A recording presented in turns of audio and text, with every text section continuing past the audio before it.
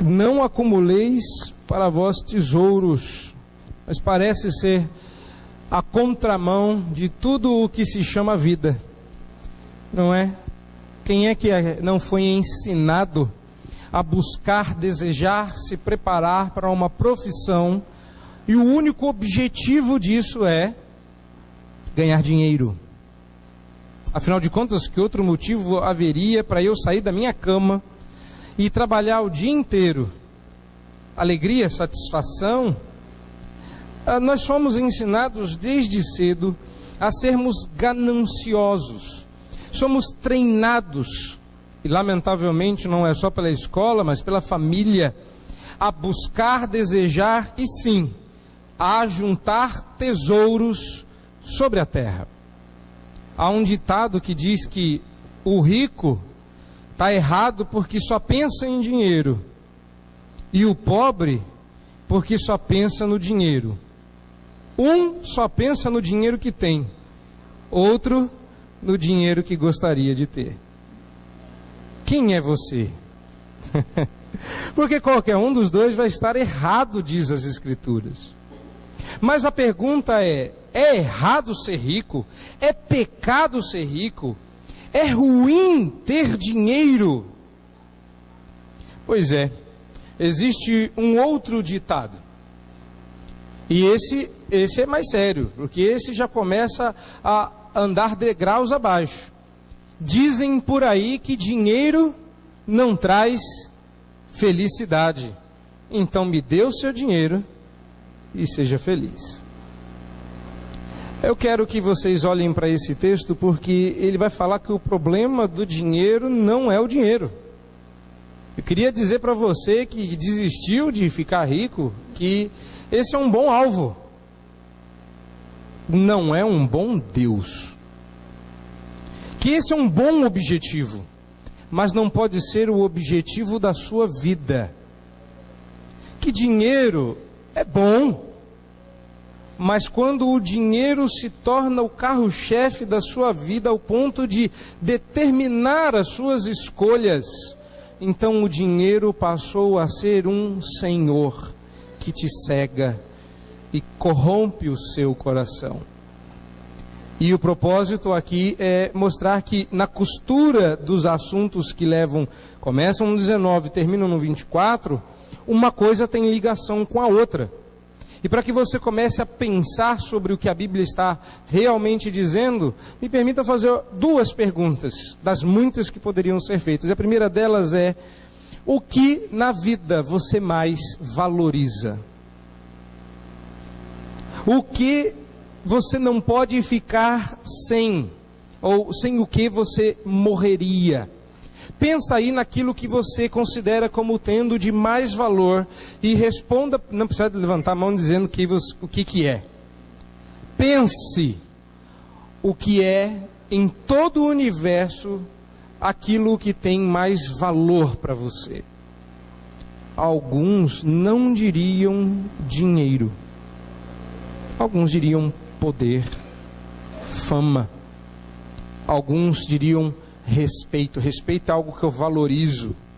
Outras pessoas diriam outras coisas, como sinceridade é algo que eu valorizo. E por aí vai. Só tem um problema. Existem muitas boas respostas para essas perguntas, e todas erradas, se a resposta não for Deus. Exatamente. Eu estou dizendo, afirmando categoricamente. Algumas pessoas, quando eu faço, somente em aula, no seminário, quando eu faço algumas afirmações, eles perguntam: o senhor quer dizer que nesse caso? Sim, eu quero dizer que em todos os casos, qualquer que seja o maior valor da sua vida, se o primeiro deles, se a resposta mais óbvia, mais direta, mais geral, mais espontânea, não for Deus, for qualquer outra coisa, parabéns, você descobriu o seu ídolo. É isso mesmo. A resposta sincera a esta pergunta é uma resposta de diagnóstico. O que você mais valoriza, que você olha constantemente para isso, você acorda pensando nisso, passa o dia pensando nisso, esse é o último pensamento seu antes de dormir. Se a resposta não for Deus, e eu acho que não é, então você acabou de descobrir o seu ídolo.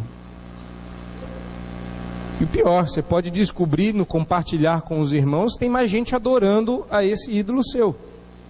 E você não é o único adorador do seu Deus falso. Por que eu estou dizendo isso? Porque esta é justamente a conclusão desse texto. Não podeis servir a Deus e as riquezas. Observa, não é uma ordem. Deus não está nos proibindo de servir dois senhores. Ele está dizendo, isso é uma impossibilidade, isso é uma conclusão, é uma ordem. A Bíblia diz que nós não podemos servir a dois senhores. Não, a Bíblia diz que nós não podemos servir a dois senhores. A Bíblia, tem gente escrevendo a Bíblia na linguagem de hoje. Eu tenho uma versão própria, a Revista e Corrompida. A minha versão é, você não dá conta de servir dois senhores. Não é que você está proibido, você não dá conta mesmo que queira. E esse é justamente o problema. Você vai tentar. Você vai tentar juntar tesouros aqui e lá, aqui e lá. Você vai tentar ser um bom crente e um bom ganancioso. Você vai tentar colocar o pé em duas canoas que vão para direções distintas. Mas uma hora, conclui o Senhor, o espacate não vai aguentar.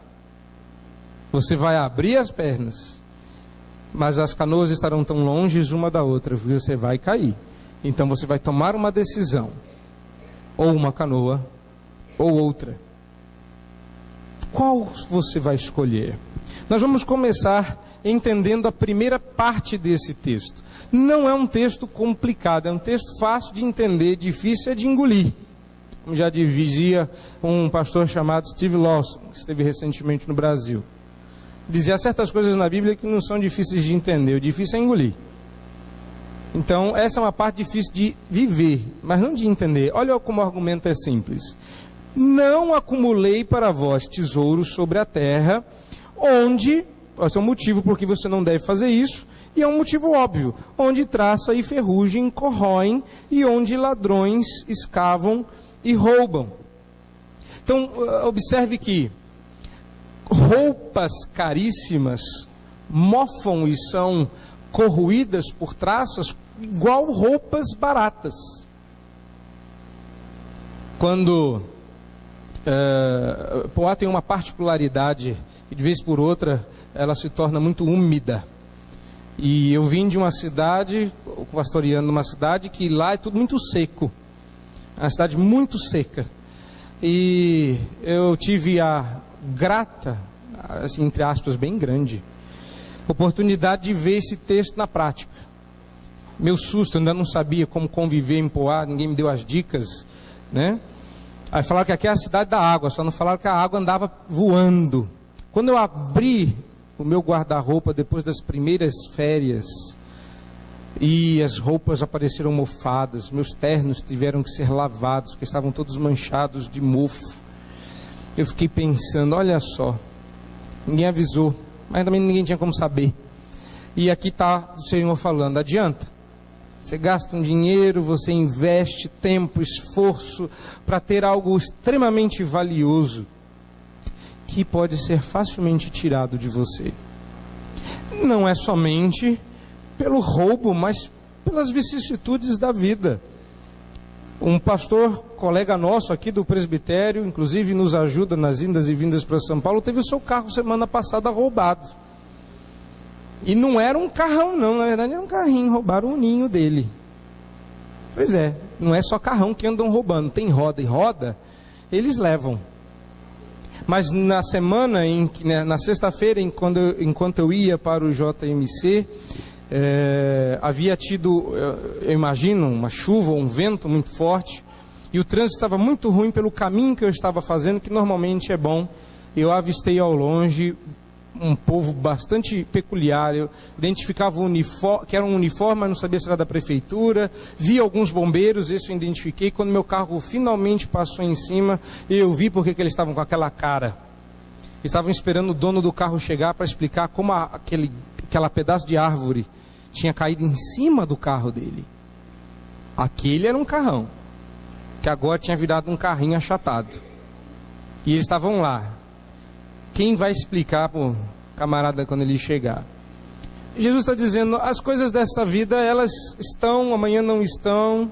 Acho que alguns de vocês já tiveram a triste oportunidade de passar por uma situação como essa, ter uma coisa sua roubada. Eu tive recentemente. São coisas que acontecem. Outra coisa que o Senhor diz é que falam de ladrões que escavam e roubam. Isso tem um contexto claro, é o contexto da época de Jesus, porque as casas, das maneiras como eram feitas, o ladrão, para roubar a casa, tinha simplesmente que cavucar a parede. Eles cavavam a parede, abriam um buraco, e por aquele buraco eles roubavam os pertences da casa. Então Jesus está dizendo que, se a traça e a ferrugem não corroer, corre o risco do ladrão roubar. E fazer isso de maneira furtiva, escavando a sua casa. Então ele disse, a sua preocupação é esta, é uma preocupação vã, é vaidade. Mas no verso seguinte ele diz, o correto seria ajuntar tesouros no céu. Colocar o seu tesouro num lugar onde nem traça nem ferrugem corroem e onde ladrões não têm condições de escavar para roubar. Então, o correto lugar de se entesourar riquezas é o céu. E o pessoal anda dizendo por aí que a maneira de fazer isso é através da igreja, agenciando. Há alguns bons anos atrás, ele já passou da categoria de apóstolo. Ultimamente, as pessoas estão tão enlouquecidas que ser pastor já não é grande coisa, ser bispo é para os comuns, ser apóstolo é para os bons, mas esse se autodenominava pai apóstolo. E recentemente eu soube que lá perto do JMC, pastoreando uma das igrejas locais, existe um querubim. Então, ele foi entrevistado recentemente. Então, não vá para lá. Não vá para lá. Querubins carregam espadas flamejantes, segundo a Bíblia.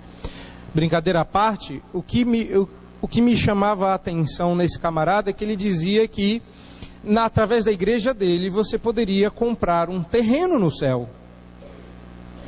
E pensa bem, comprar um terreno no céu é algo caro, é o céu, é para sempre. Não é a casa própria, é a casa eterna. Então, para que você não ficasse endividado, você já poderia fazer as parcelas desde já. E ele agenciava os lotes de terrenos no céu. Curioso que, depois de descoberto e passado a moda, pessoas como essa continuam sendo respeitadas, ouvidas e lidas e cridas como líderes espirituais. Não é isso que Jesus está dizendo. Não é para você gananciosamente colocar tesouros e ir colecionando os tesouros e depositando numa conta celeste. Não é isso. E o que Jesus está dizendo com toda clareza fica cristalinamente claro no verso 21. Porque onde está o teu tesouro, aí também está o teu coração. Eu gosto muito de uma frase que o meu professor no doutorado repete constantemente. Eu sempre achei a frase genial. Essa semana eu fiquei meio decepcionado. Eu achava ele um gênio. Aí descobri que, na verdade, o gênio é Jesus. Eu posso falar à vontade que ele não entende português? Mesmo que ele veja isso, ele não vai ficar bravo comigo. E a frase que ele diz é: o coração do problema é um problema do coração. Eu falo, nossa, que é isso mesmo. Mas na verdade é Jesus quem está dizendo isso no verso 21. Olha lá, onde está o teu tesouro, aí estará também o teu coração. Jesus está preocupado com o egoísmo observado na valoração errônea de coisas que não têm valor eterno. Esse versículo não está nos proibindo, ou esses versos não estão nos proibindo sermos previdentes, trabalhadores ou almejarmos uma condição financeira melhor.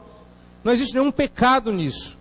O pecado está em fazer disso o seu tesouro. O pecado está em fazer da riqueza aquilo de mais precioso no seu coração, porque o seu maior valor evidencia o seu coração. Essa é a primeira coisa que eu gostaria que você levasse esta noite. O seu maior valor expõe, evidencia o seu coração, porque onde está o teu tesouro, aí estará também o teu coração. O seu coração deveria habitar em Deus. Mas quando você dar valor demais, o demais, certas coisas têm que ter valor, mas o demais, esse valor pertence a Deus. Ele é o seu maior bem. Ele é o seu maior tesouro. É como diz aquela música: lá está o meu tesouro, lá onde não há choro. Mas tem muita gente querendo ir para lá, porque está doido para dar umas sapateadas na Rua de Ouro. Você já reparou como o nosso céu é um céu que reproduz os nossos pecados? O céu do rico, o céu do ganancioso é Rua de Ouro, casa de cristal, em rubi para tudo quanto é lado. Só está pensando em dinheiro. Mas já reparou como é o céu do preguiçoso?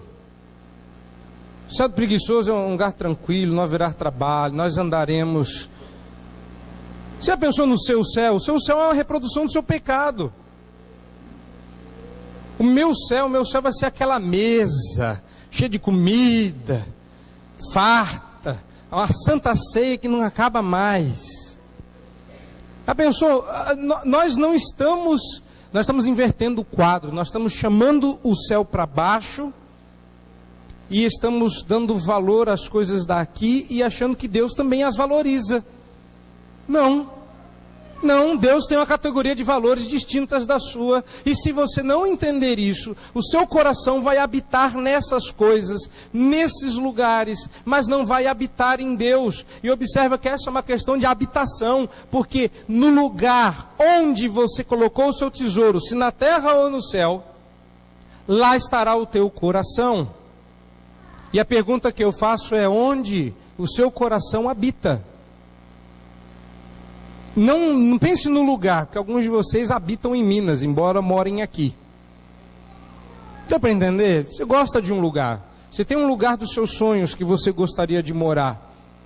Ele também é uma projeção dos seus pecados. Mas a pergunta é séria. Onde o seu coração habita é uma outra forma de perguntar o que, quem, que coisas você dá mais valor, porque seu maior valor evidencia onde habita o seu coração. O que tem mais valor para você? Ontem, eu não vou dizer quem, mas ontem, o conselho entrevistava algumas pessoas para a pública profissão de fé e uma delas disse: no dia final, quando Cristo me encontrar, as minhas decisões vão pesar e eu não quero certas coisas para mim. Lá está o meu tesouro. Essa pessoa dizia sem saber que as coisas que valorizavam estavam lá, de frente para Cristo. Nós não conseguimos pensar escatologicamente do jeito correto. E eu já tenho denunciado com outros colegas essa mesma condição. Você está doido para ir para o céu para fazer o resgate do seu tesouro?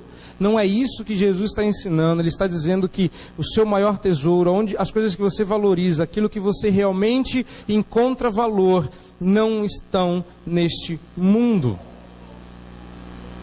Nada aqui é tão valioso que valha tanto esforço. Nem esse rapaz ou essa moça que você gosta, que sem ela você não pode viver. Sem ele você não pode... Ai, sem ela falta o ar. Me falte água. Não, está errado. Eu encontrei uma moça que veio se aconselhar comigo e ela dizia: esse homem é o homem da minha vida, sem ele eu morro. Aí casou com outra. Falei, e agora? Morri. E agora? Agora a Bíblia diz que nem ter filhos, nem ter marido, nem ter esposa, nem ter emprego é tudo que você precisa. E logo, se você está com Mateus aberto aí, você já está enxergando o próximo texto. Pois logo ele vai dizer o que você deve buscar em primeiro lugar. Logo. Porque você está sendo agora orientado a pensar no seu valor. Mas não é só isso que Jesus nos diz sobre valores. Ele também diz que o teu maior valor tem o potencial de te cegar.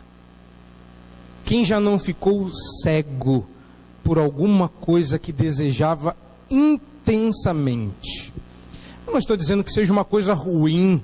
Pode ser uma coisa boa, mas quando ela enche tanto o seu coração e você deseja tanto que isso te cega, a Bíblia chama isso de pecado. Olha o próximo verso, os próximos versos.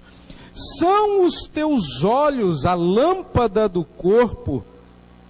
Se os teus olhos forem bons, todo o teu corpo será luminoso. Se, porém, os teus olhos forem maus, todo o teu corpo estará em trevas. Então, à medida que o texto vai avançando, algumas coisas vão ficando claras. Existe uma afirmação: os seus olhos são a lâmpada do corpo, ou seja, você deixa a luz entrar dentro da casa pela janela dos seus olhos. E aí eu me vejo concordando com, olha só, nesse ponto, Leonardo da Vinci. Leonardo da Vinci disse uma coisa que não podia estar mais certa e ao mesmo tempo mais errada. Esse conseguiu acertar e errar de uma vez só. Leonardo da Vinci tem uma frase muito conhecida. Ele diz que os olhos são a janela da alma e o espelho do mundo. Acho que todo mundo já ouviu essa frase alguma vez, não já? Os olhos são a janela da alma e o espelho do mundo. Coisa bonita, né? Ele acertou. Os olhos são a janela da alma, ou seja, é através dos seus olhos que a luz entra no seu corpo. Isso é bíblico. Leia aí. Verso 22 diz isso muito claro: são os olhos a lâmpada do corpo. Sim, é através dos seus olhos que alguns conhecimentos entram. Ah, mas e o cego? Pois é, ele vive em trevas. Esse é o problema, ele não enxerga, ele é cego. E eu estou dizendo que esse é todo o problema. Seu valor pode te cegar. Seu valor pode limitar você, cegá-lo e trazer grandes complicações para a sua vida, grandes tropeços. Onde que Da Vinci errou? Ao dizer que os olhos deveriam ser, ou são, a constatação dele, um espelho do mundo. Que horrível constatação a dele. Pense sobre isso, porque ele também está certo. Por isso ele está tão errado. Porque os seus olhos espelham o mundo para dentro de você. E esse é o problema que eu vejo na igreja de hoje. Nossos olhos buscam luz no mundo e dentro da igreja a gente espelha o que encontra lá. Pois nossos olhos deveriam ser um espelho da palavra. E é isso que Jesus nos diz. Porque ele condena aqui o que ele chama, que eu chamo de estrabismo espiritual. Sabe o que é uma pessoa estrábica?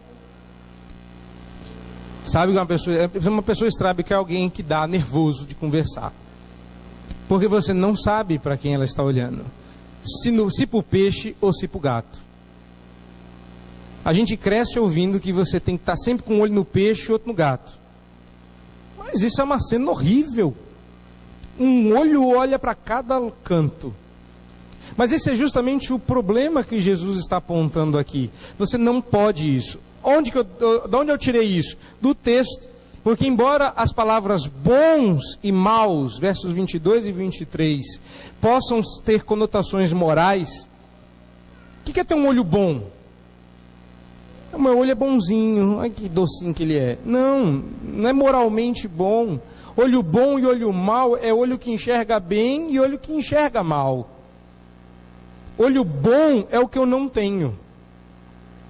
Meus olhos sem as lentes, embora eles não vão correr desesperados cada um para um lado, se eu tirar os meus óculos eu não os enxergo, mas eu não tenho estrabismo, eu tenho miopia.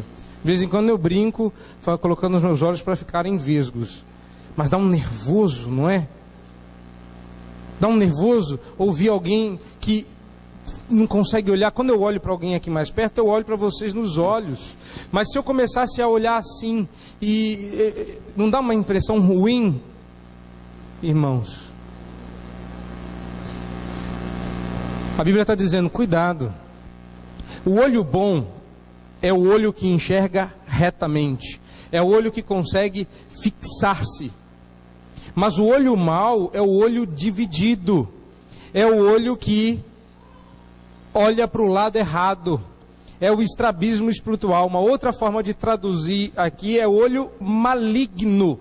E o sentido dessa malignidade do olho é que esse olho mau, verso 23, divide seu interesse e tenta focar tanto em Deus como nas posses. Isso me faz crer que Jesus não mudou de assunto. Ele está dizendo, você não pode acumular tesouro na terra, deve acumular tesouro no céu. Mas o problema é que os seus olhos, por causa do estrabismo espiritual, vão olhar para tesouros na terra, tesouros no céu. E você vai começar a tentar juntar tesouros nos dois lugares. Só que isso é um problema, porque se o seu valor te cegar, que grandes trevas serão. Se tudo o que você tem para enxergar são dois olhos estrábicos, que triste. Isso significa que você é cego. Ah, mas está falando mal dos cegos. Não, essa é uma constatação que qualquer cego que se estivesse aqui faria. E você que é quase, sabe disso. Não é a coisa mais feliz do mundo descobrir que você tem um problema nas vistas. Olha, pastor, descobri que eu sou míope. Meu astigmatismo piorou, agora 18 graus. Não, ninguém fica feliz de descobrir que tem um problema, por menor que seja, na vista. E alguns de vocês, eu sei, já quase perderam as vistas por causa de problemas como pressão ocular. Pediram oração, ficaram preocupados. Não só oraram, pingaram o colírio. O que isso indica? Que sem o aparelho visual eu ficarei cego. Não estou dizendo que o cego está em pecado, ou que seja errado ser cego, mas eu estou dizendo que um cego pode enxergar mais do que você que vê. E eu aprendi isso com um colega pastor, reverendo Davi Charles. Que tem e lutava há algum tempo atrás com problemas seríssimos em seus olhos. Uma certa feita eu perguntei para ele como ele enxergava e ele dizia que com as lentes era como se pegasse um vidro e passasse uma camada fina de vaselina. Ele tentava enxergar, eu disse, e sem as lentes? Ele fala, a camada tem 2 dedos de espessura. E conversando sobre este tema, sobre a iminência dele ficar cego, porque ele ia passar por uma cirurgia que ou ele voltava enxergando ou ele voltava definitivamente cego, ele disse, na verdade não foi ele quem disse, ele me contou da história com o pai. O pai perguntou para ele, como você está, meu filho? Perguntando com referência à possível cegueira. E ele respondeu, lembra, pai, quando nós morávamos num sítio, em um outro sítio, e ia ficando escuro lá fora, e o Senhor começava a ligar as luzes da casa para que a gente não tropeçasse. Falou assim, eu estou começando a enxergar as coisas lá fora escuras. começa a acender as luzes internas. Essa é a pergunta que eu faço a você. Onde está a luz que ilumina o seu coração? Se tudo que você tem para enxergar são seus olhos espirituais, mas eles estão divididos entre os valores da sua igreja, da sua fé, da palavra de Deus, e os valores do mundo, das riquezas, da ganância, você está dividindo os seus olhos, e não existe crente camaleão, crente ovelha. Nossos olhos não vão olhar para dois lugares distintos na esperança de conseguir se equilibrar dessas duas pontas opostas. Jesus está dizendo, mais cedo ou mais tarde você vai cair, porque a cegueira vai acontecer. O seu maior valor pode te cegar. E esta é uma interpretação satisfatoriamente compatível com o verso 24. Olha lá, o que nos leva ao próximo verso. Ninguém, conclusão do Senhor, pode servir a dois senhores, porque ou há de aborrecer-se de um e amar ao outro, ou se devotará a um e desprezará o outro. Ou seja, se num primeiro momento aí é os versos 19 a 21, se no primeiro momento Jesus diz que seu maior valor evidencia o seu coração, e no segundo momento ele diz que o seu maior valor pode te cegar, então a conclusão de Jesus não poderia ser outra. Se o teu maior valor te cegar, se o valor que controla o seu coração te cegar, é idolatria. É idolatria. Esse é o contexto que vai abrir as portas para os versos 26 em diante.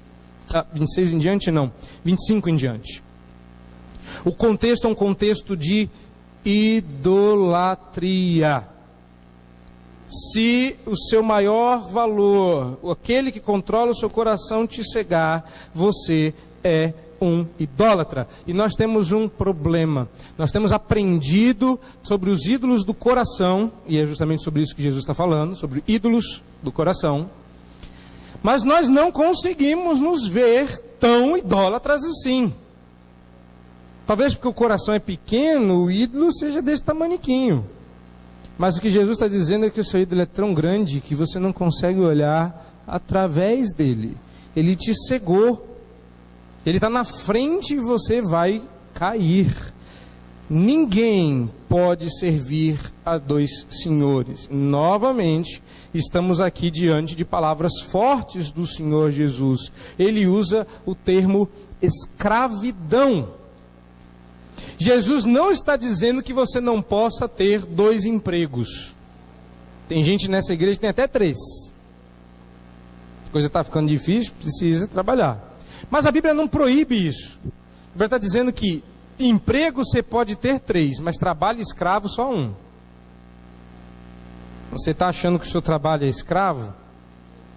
É exatamente o que a Bíblia está dizendo. O trabalho escravo exige compromisso 24 horas. A hora que o Senhor mandar, você vai obedecer. E sabe de uma coisa? Vocês sabem disso. Quando o pecado exige, o idólatra obedece. Não é assim que diz o hino? Creio observar. O idólatra obedece o que o ídolo mandar. Essa é a versão revista e corrompida do hino, vivida por muitos de nós. Pense nas pessoas que você conhece. Na pessoa que pode ser 3 horas da manhã, mas se o ídolo da comida manda comer, ele assalta a geladeira tarde da noite, porque ele é um idólatra servo e ele tem que obedecer ao seu senhor. Mas ele não pode, porque ou ele vai obedecer a Deus descansando, porque noite é feita para isso, e serve a Deus dormindo, ou ele vai se levantar e servir o seu ídolo comendo. Pense nas pessoas que você conhece que fumam. O ídolo pede, vem me fumar. Não interessa onde, quando que é. Você já viu, a pessoa sai e está chovendo lá fora, mas o camarada está lá fora procurando um lugar para a chuva não molhar a bituca. quando o seu ídolo manda, o servo obedece. Quando Deus manda, a gente quer ter escolha. Já reparou? Deus não viola a nossa escolha. Quando Deus manda, a gente quer ter escolha. Eu posso ou não obedecer, a escolha é minha. Desculpa, não funciona assim. Diz a Bíblia que você não pode servir dois senhores, e um deles, o final do verso 24 diz, é Deus. Ou você obedece a Deus no que Ele manda e ponto, ou isso será idolatria. E quando é uma idolatria? Quando o valor que controla o teu coração te cega. Agora Jesus explica que por detrás da escolha entre os dois tesouros, aquilo que nós acumulamos, e as duas visões, estão por detrás dois senhores. Só existe dois caminhos, duas escolhas, dois destinos, dois senhores. Ou você acha que é à toa que Jesus disse, riqueza na terra, riqueza no céu, olho bom, olho mau, dois senhores. Ele está desenhando para nós com suas palavras a dinâmica da cegueira do coração. Eu começo a desejar ir para o céu sem Deus, fixo meus olhos em dois objetivos que não concordam e tento agradar dois senhores. Esse cristão, essa cristã que vai tentar agradar dois senhores, ele tem duas famílias, ele vai tentar estar em dois lugares ao mesmo tempo, vai dar muito errado. E a Bíblia é clara pelos motivos. Por quê? Olhe lá, verso 24. Porque ou há de aborrecer-se de um e amar ao outro, ou se devotará a um e desprezará o outro. Ou seja, você vai acabar decidindo entre um dos dois. Dr. Carson diz que uma pessoa pode ter dois empregadores, mas não ser escravo de dois senhores. Ou Deus é servido com devoção total, ou não é servido de maneira alguma. Repare nisso. Você já deve ter pensado de si assim, eu não sou um crente tão mau, eu tenho uns probleminha aí, eu não sou assim tão crente. Mas eu dou o dízimo, eu canto, eu vou lá. Estou em compromisso, tenho uns problemas nessa área. Então estou no meio termo. Eu procuro dar uma agradada no meu pecado, mantê-lo ali sob controle. Mas também agrado a Deus, não sou uma completa desgraça, não sou um completo perdido. Agrado a Deus. Agrado o pecado, o mundo, mas também agrado a Deus. Meio a meio, estamos indo bem. De vez em quando dá 60%, 40%, mas a minha decisão é sempre por Deus. Ok, meu irmão, sabe o que a Bíblia está dizendo? Que Deus exige de você exclusividade. Que Deus exige que você se entregue 100%. Jesus não quer salvar uma boa parte do seu ser. Jesus não quer te dar uma boa chance de se salvar, deixando o restante por sua conta. Ou Ele te salva, ou Ele não te salva. Ou você o serve, ou você não o serve. E a Bíblia está dizendo que servi-lo pela metade é não servi-lo. Não podeis servir, é a conclusão, a Deus e a Mamon. É um outro Deus aqui. Mas você pode estar pensando em outra coisa. Ai, como eu detestava quando eu tinha e assistia. Irmãos, eu condeno coisas que eu fiz.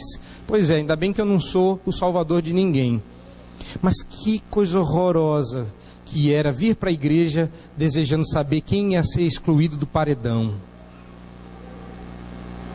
Vocês queriam que eu dissesse que eu sou um santo homem de Deus? Queria ser esse homem aí. Graças a Deus eu me libertei desse maldito vício. Mas olha só, quantas pessoas não vinham para a igreja? E olha que eu já recebi sugestão, não aqui, claro, nem lá, mas eu já recebi sugestão de colegas, é verdade, que põe um culto aí para mais cedo, para dar tempo do povo fazer o quê? O que há de mais importante no domingo para ser feito além do culto? O que há? O que vocês têm de mais importante para fazer hoje, desde a hora que acordaram até a hora que vão dormir, que não sejam estar na casa do Senhor? Que não sejam servi-lo 100% do tempo. Então vou repetir, que eu disse sem microfone. A tentativa de dividir a lealdade denuncia o nosso profundo compromisso com a idolatria. E a Bíblia nos afirma, o compromisso parcial com Deus é compromisso total com a idolatria. O seu não compromisso com Deus é evidenciado pelo seu compromisso parcial com o discipulado cristão. Deus não quer a melhor parte do seu ser. Deus quer você todo.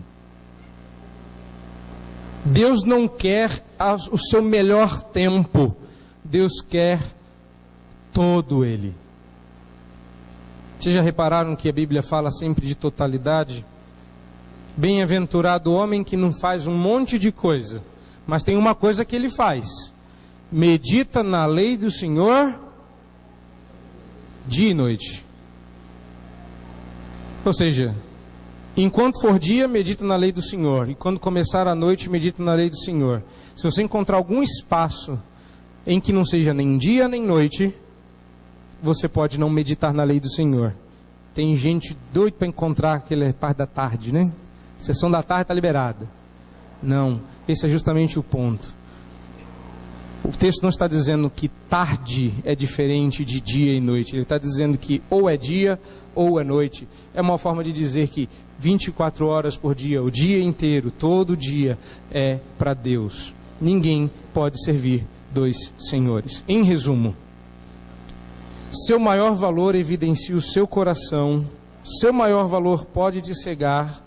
E se o valor do seu coração te cegar, você descobriu idolatria. E esse é o contexto que vai abrir espaço para falarmos sobre ansiedade.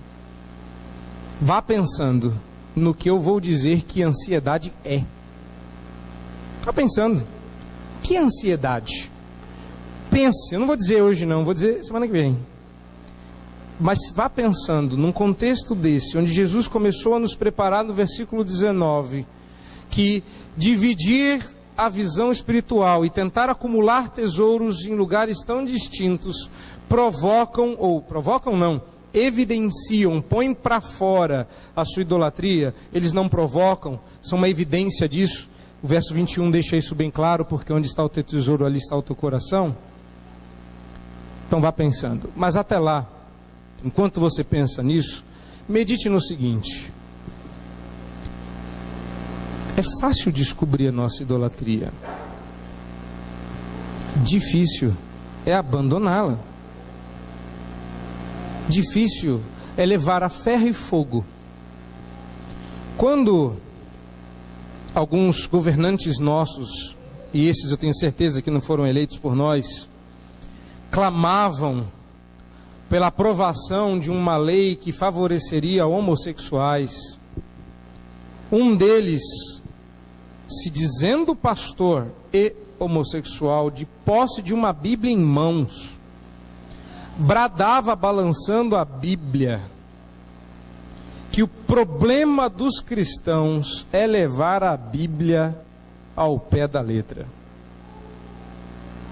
Ele entendeu, mas ao contrário, o problema dos cristãos é que eles não levam a Bíblia ao pé da letra.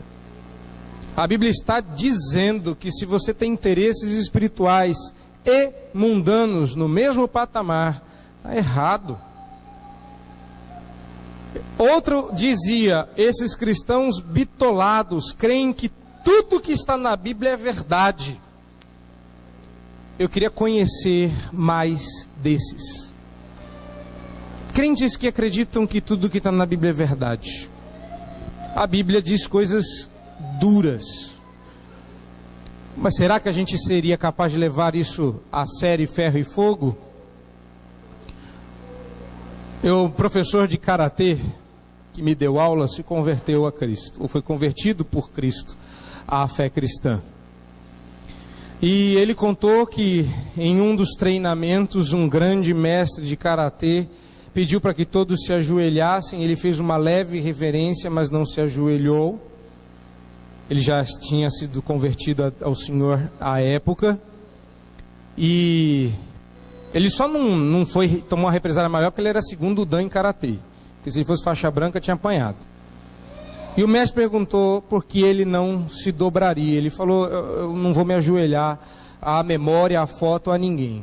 E ele insistindo, até que ele foi um pouco mais duro e disse: meus joelhos só se dobram a Jesus.